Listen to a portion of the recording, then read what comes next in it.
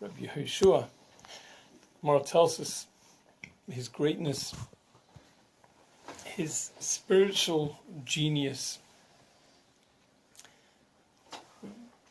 his wise person.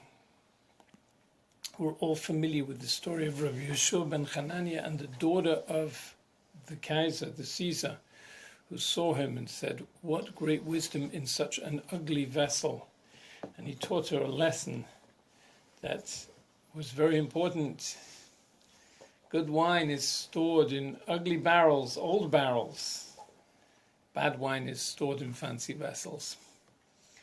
And Rabbi Yeshua ben Hanania says in the Gemara in Eruvin, Daf Nun Gimel, I believe, he said that only two people bested him in his whole life.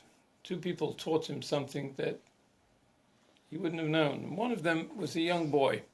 He was walking along the road and he asked the young boy, what is the way? Which is the way? There was a fork in the road. And he said, which is the way to such and such a city? And the boy said, well, this way is the short way, but it's the long way. This way is the long way, but it's the short way. And for whatever reason, perhaps to teach future generations a lesson, I'm not sure, but Rabbi Yeshua ben Hanania took the short way. That was the long way. Yeah. And he encountered thistles, thorns, and all kinds of obstacles in the road, and it was impossible for him. It was too much. And so he painstakingly made his way back to the fork in the road, made his way back to his original point of departure from this child, and he went the long way. And yes, indeed, it was the long way, but it was the short way. Very important lesson. It's a life lesson. You know, oftentimes we're stuck in traffic and we have different ways to go. And the ways will tell us. Sometimes there are traffic jams. Last night I was coming back from Queens, from the airport, and the ways took me in such an interesting, convoluted way.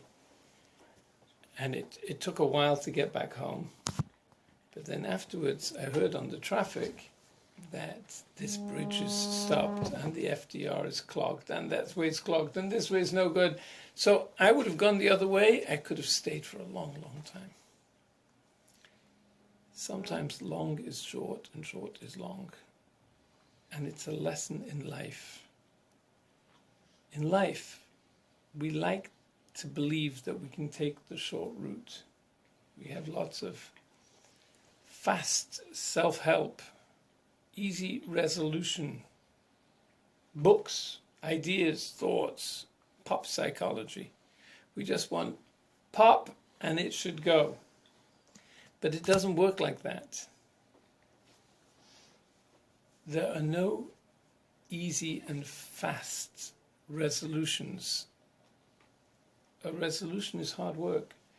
In life, fast is slow and slow is fast.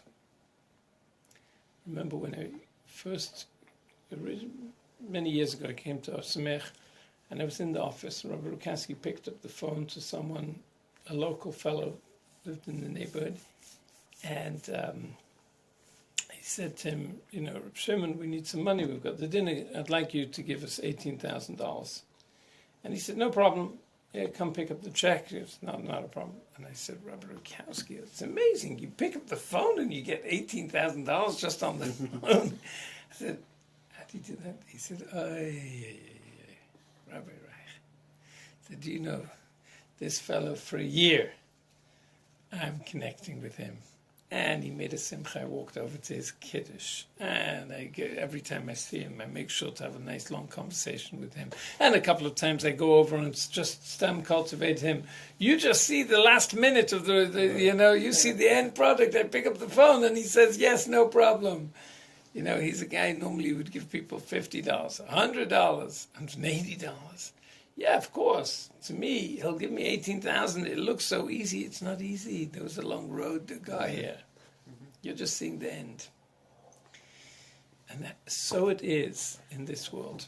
The Gemara tells us that when Mashiach comes, we will see the absolute reality of this world versus the next world. We will see the internal dimension of the material versus the physical. And tzaddikim are going to look at the Yetzer Hara, at the evil inclination, and nidma lehem, the Gemara says, it's going to look to them like a mountain. They're going to wonder, we climbed that mountain. Rishoim, the wicked, nidma lahem, it will seem to them kisara, like a hair, like the easiest thing.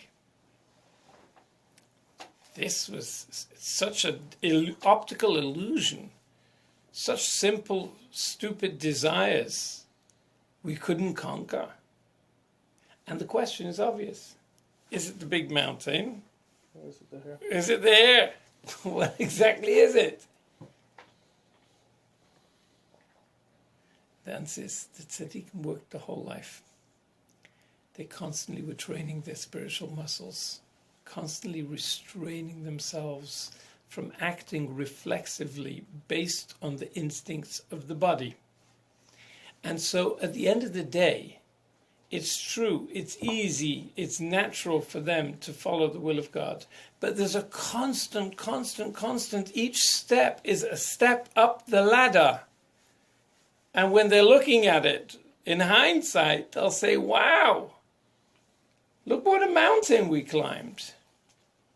But those that are constantly giving in to their instincts, and they need instant solutions, and they never were able to train their muscle, they're always there at the beginning. They'll wonder, like, what did I accomplish? I couldn't, it was a simple mountain. Because that first step is just a hair. But a hair and another hair and another hair and another hair and another hair becomes a mountain. But to them, they never made the first step. Because they were looking for the instant, reflexive, natural response to their desires. It doesn't look like that in our day-to-day world. This world is a topsy-turvy, upside-down world where false is true and true is false. But in the real world, that's what it is. The Gemara tells us, Rishoim, the wicked, b'chayim, in their lives, kruyim mesim, are called dead. The tzaddikim, the righteous, while they're here, they are connected to the everlasting life in the world to come. We look at it. We say, really? Dead? They look pretty alive to me. They're dancing on stage. The hair is flying, screaming, everybody's clapping. They're having the greatest time. In the late night comedy shows, they don't look like they're dead. They look like they're pretty alive. And the guy in the Beis Medrash that's poring over his holy books in the corner and divorced from the world, he wouldn't look so alive. In our world, he would be like, oh, he's from the medieval times. And yet Chazal understand the essence and the source of true life. The one who seems free is cruising down the thruway in a convertible, in a very, very nice car, with his hair swaying in the breeze. And he's listening, the music is blasting high, the rap. And the world looks like an open highway, looks like he's living it up. But in truth, he is not in control. He has the illusion of control, but he's not in control. His body is in control of him. And the one who is studying the Torah in the Beis Medrash, Chazal say, Ein lecha ben chorin, there's nobody that's truly free, ela misha osek b'Torah. Because true freedom means that he slowly broke his instincts and his desires and is capable of thinking for Hashem, for others. That is true freedom. It's so opposite in our world. Our world is so upside down. There's a famous, beautiful Yalkut Shimoni. And the Yalkut, the Midrash tells us, in Midrash Tehillim, the Yalkut in Tehillim, an amazing story. Alexander the Great was a great and wise king. The mighty Alexander the Great, who was a student actually of Aristotle. And he heard that in his vast kingdom, in one of his towns, a town called Katsia, the Midrash says, Katsia, he heard that there are wonderful people. There's a lot to learn from them.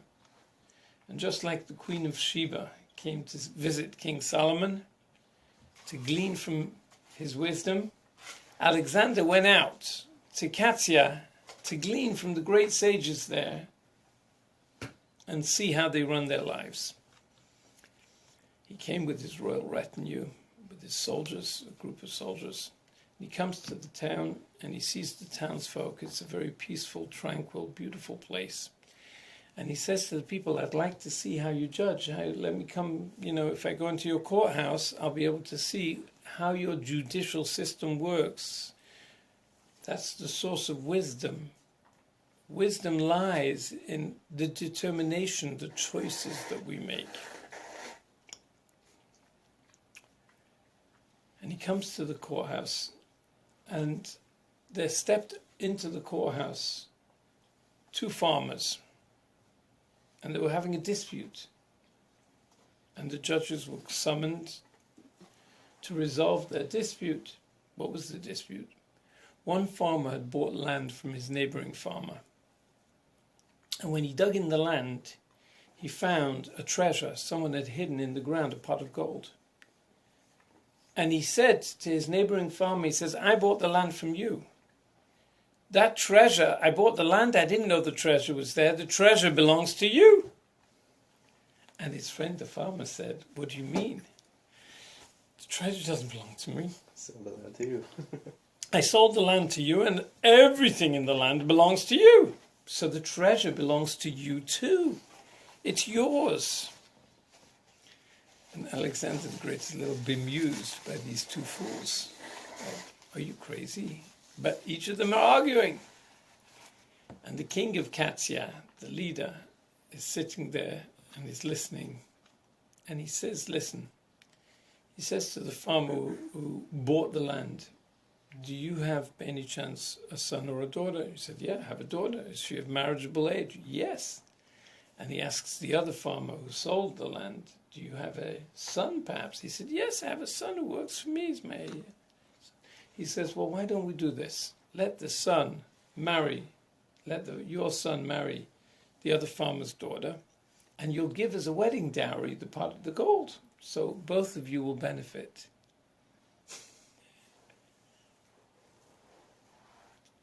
And they do it. They're very happy. They depart from the Beis Din. And Alexander the Great is looking, and a big smile crosses his face, because this is really a little interesting to him. And he said to the king, is this what happens in your kingdom all the time? He said, yeah, these are the kind of things that we deal with all the time. He said, really? He said, yeah. He said, well, what happens in your kingdom? He asked Alexander, how would you have judged this case? So Alexander said, if I would be judging this case, I would take the two farmers, kill them both, and take the money. Two idiots. So the king looked at him aghast, and he said, really? Does the sun shine in your country? So he said, yeah, of course the sun shines. Macedonia, sun shines like everywhere else. So he said, do you have animals in your country? So he said, yeah. So he said, well, the sun shines only for the animals. It doesn't shine for the humans. And he quotes a pasuk, Adam ubehemot tishia Hashem. God saves both man and animals. Sometimes he keeps the world going for the animals, not for man.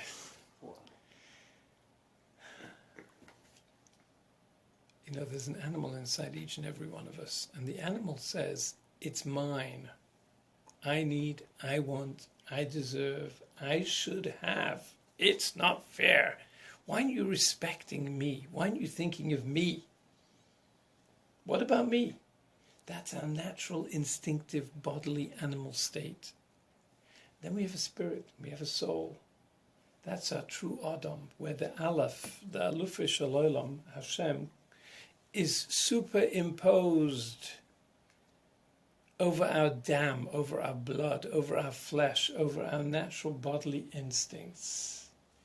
Atem kruyim Adam. You, the Jewish people, are called Adam. We have that ability to bring out the grandeur of man, the greatness of man, of humankind, the generosity of spirit, where we can think for another, even though we need that very same thing, and we would desire that very same thing. We can step out of the normal boundaries that limit us and only allow us to think about ourselves.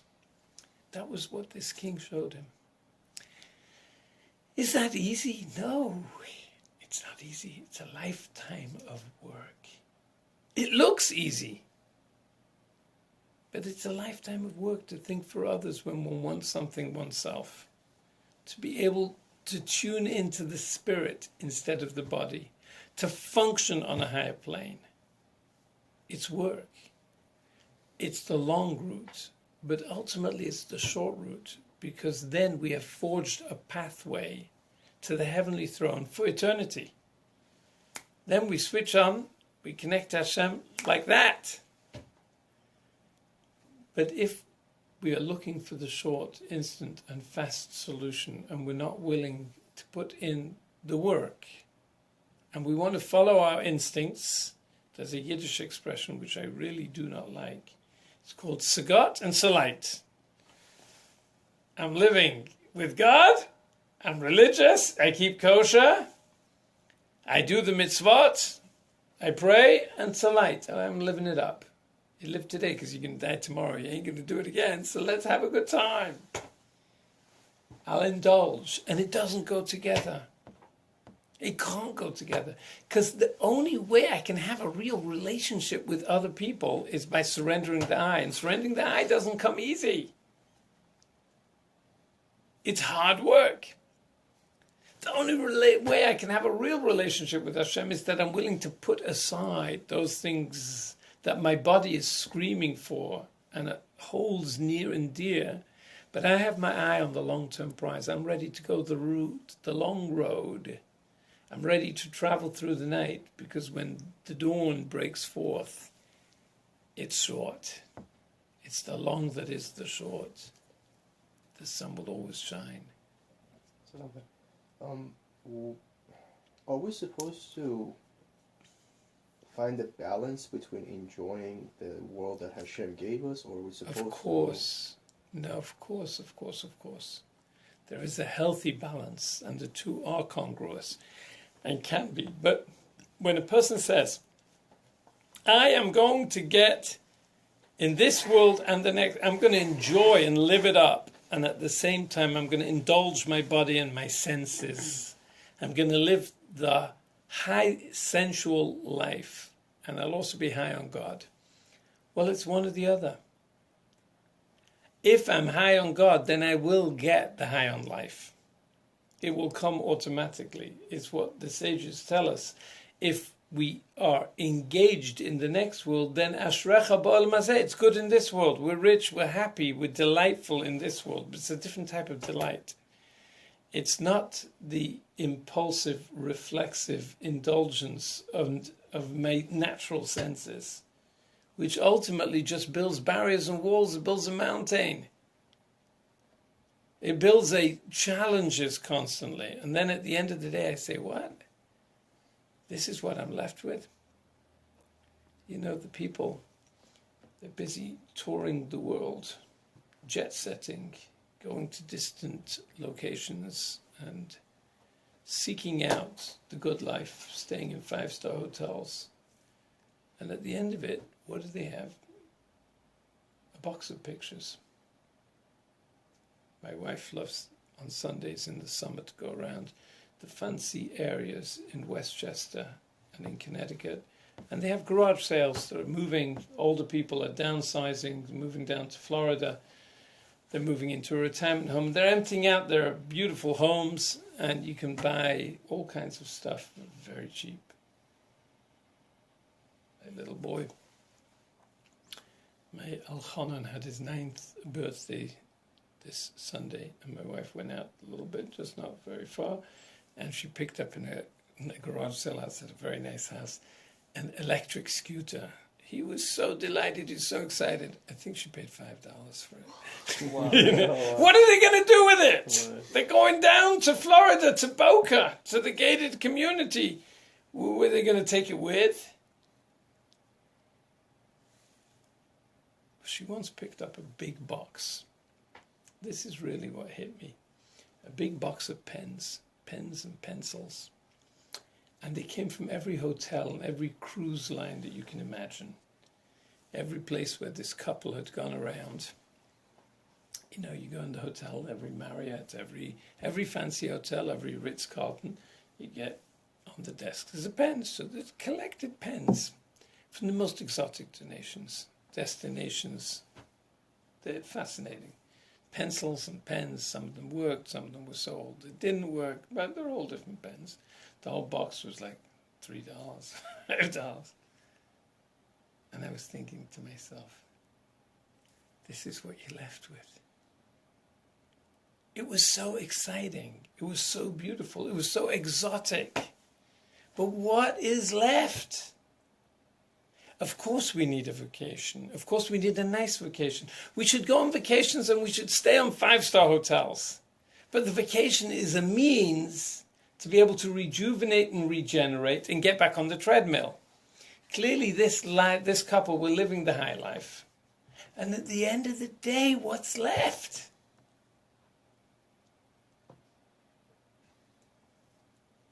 You know, people,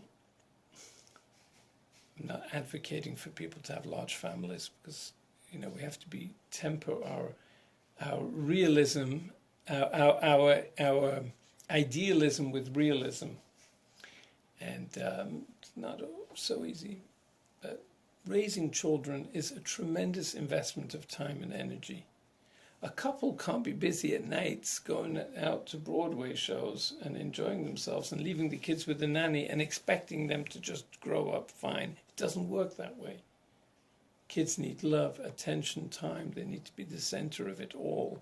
It requires a measure of selfless devotion to raise healthy, well-adjusted, good children. It's a hard road. And yet, when we take a child down to the chuppah and you come towards the end and then there are grandchildren and the joy, there's plenty of little joys and delights along the road as well to keep the fuels, keep refueling, but it's a challenging journey. At the end of the day, though, after such a long road, and the dividends start coming in, it's very short. It's wonderful. One simcha leads to another. One joyous event leads to another. The children are coming, the grandchildren are visiting all the time. It's a wonderful reality. And the people that want it short, they want it now. They want to be able to live the good life. A child is a liability. We've got to think rationally before we have a child in society at large. Can we afford the college tuition? Can we, as two busy people with very, very productive and demanding careers, can we afford to have a delightful little pet? Can we afford to have a child? Very nice, very special. Okay. Well, I have my maternal instincts. My time clock is running out. I think I'll take out 2 years from my career so I can have a child and then get back on the fast track. Priorities. Our priority is the journey.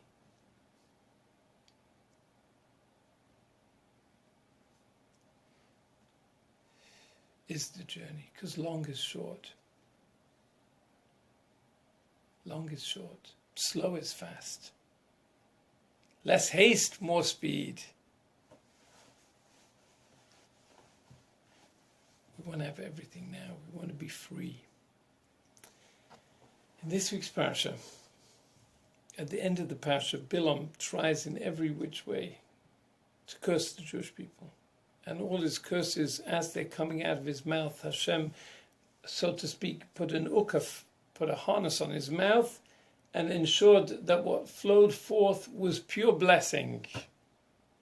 The greatness of the Jewish people emerges from between the lines. We spoke about it on Tuesday, on Monday. Before he left, he says to Balak, L'cha i'atzacha, es asher ekra lachem ba'achrosayim. I'm going to give you some advice, Balak. And this advice proved to be tragic for the Jewish people. He told him, Elokeichem Elokeim shel ele soini zinim. The God of the Jewish people despises immorality and promiscuity. And he told him what to do.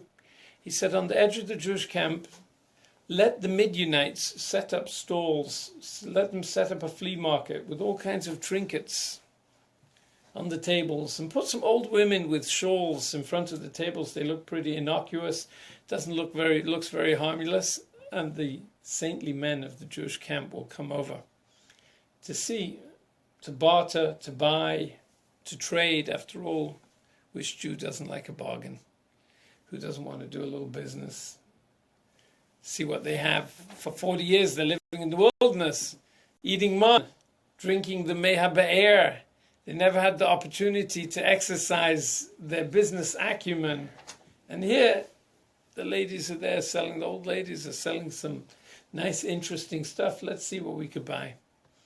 The tents were pitched behind the tables, and in the tents they have these extremely provocatively dressed young women with their hair flowing, nicely perfumed, and the girls will show themselves just at the entrance of the tent, and the men's lust and desires will be aroused, and the lady will welcome them to the tent, and the woman will welcome them in, the young girl, but she'll say, before I can in any way be with you or even touch you, you have to first bow down to my idols. And the Jewish people will then bow down to the idol of Baal Peor. That was the idol of the Midianites, the Peor. And the Jewish people, Vayitzomed Yisrael Baal Peor, the Jewish people became connected very strongly. Vayitzomed, it's from the word somed, it means that they would tzmidim, it's like a bracelet, it's like a lid on a vessel. They became part of the Baal Peor, they worshipped the Baal Peor, and they did znus with the Bnei Midian, and immorality, and a terrible plague broke out. We read what took place at the end of this week's parasha, very tragic, with Zimri and Pinchas. The Gemara tells us that there was a matronisa achas, there was a Roman woman, a very matronly, great woman, who embraced Judaism towards the end of her life, and she studied comparative religions. She went around the world and she'd examined all the religions of the world till she came to Judaism and she became a Jew, a Jewess. And the sages asked her many questions about different avodah zaras in order to determine what constitutes actual idol worship, what is just what we call abizrayud avodah zara, but it's not forbidden as the actual form of idol worship. They needed to understand, to know the halachas. And then they asked her, what was the most disgusting form of idol worship that you saw? And she said, undoubtedly it was the Baal Peor. I came to the place of worship, and when I arrived, I desperately needed a bathroom. I went into a tent, I saw it was a place full of, it was like a chamber pot, the whole tent, so clearly it was like one big bathroom. I came in there, and I defecated. And the komer, the priest who was near the entrance of the door, said to me, whoa, you served the idol of Peor better than anyone that I've seen. You did it so wonderfully.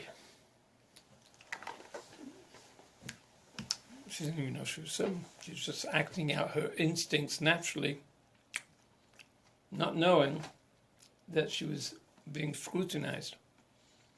In the middle of the room was this balpour, and it was covered. It was a big bathroom. It was a toilet bowl. That was the way they served the Avodah Zarah of Pur, by making all over it. And the commentators say, like, is that a way to serve an idol? That's so strange. What kind of service is that?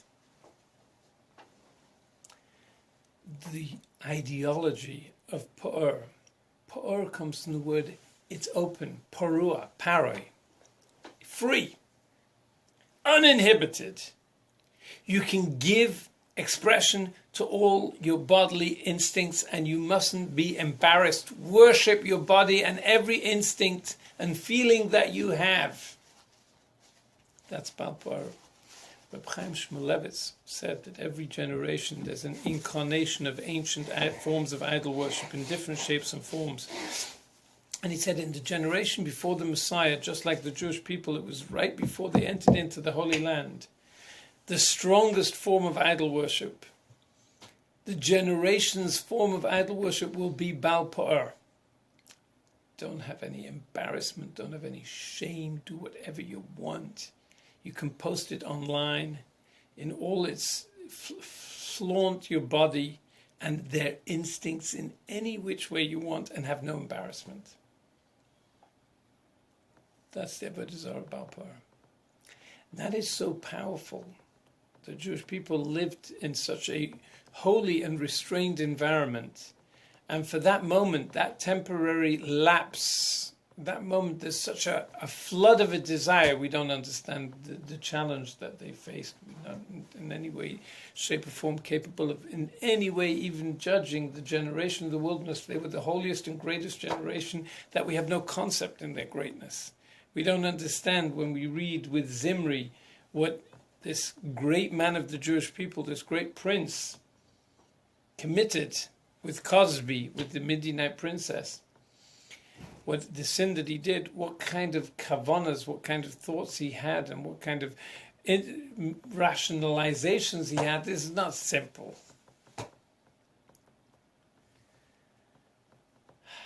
These were great, great people. And yet, they wanted to let loose. We all want to let loose. The most basic natural instinct we have is just let me let loose.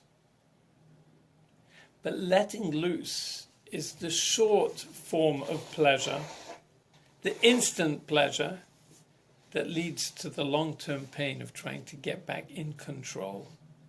Because when we let loose, we become acclimated to a level of freedom, and afterwards it's so hard to rein in and master and control ourselves and live with meaning and purpose and thought.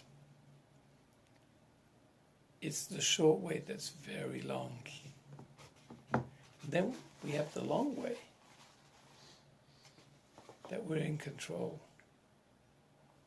that things are measured and sensible, and they're attuned to our inner conscience. And we can ask people, we can for forgiveness, we can apologize, we can be respectful in a genuine way.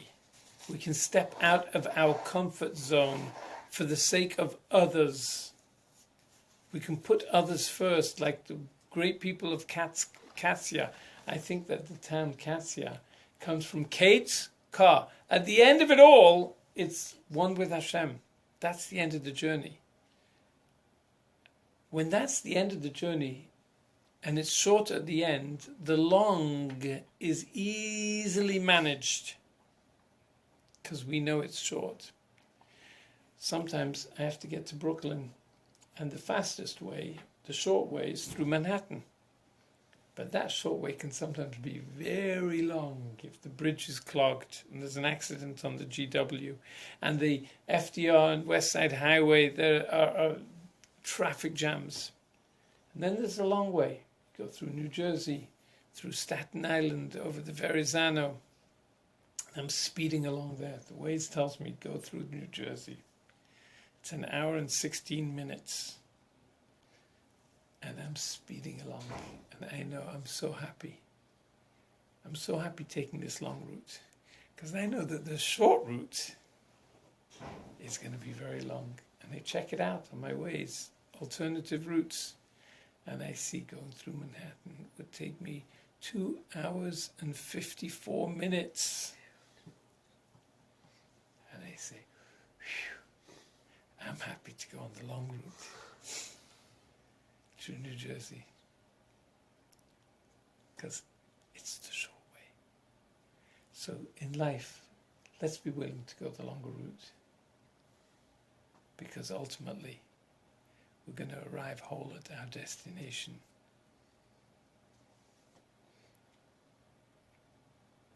And we won't short circuit the system as we try and gain and grasp the instant and the short path and end up having to go back to base one.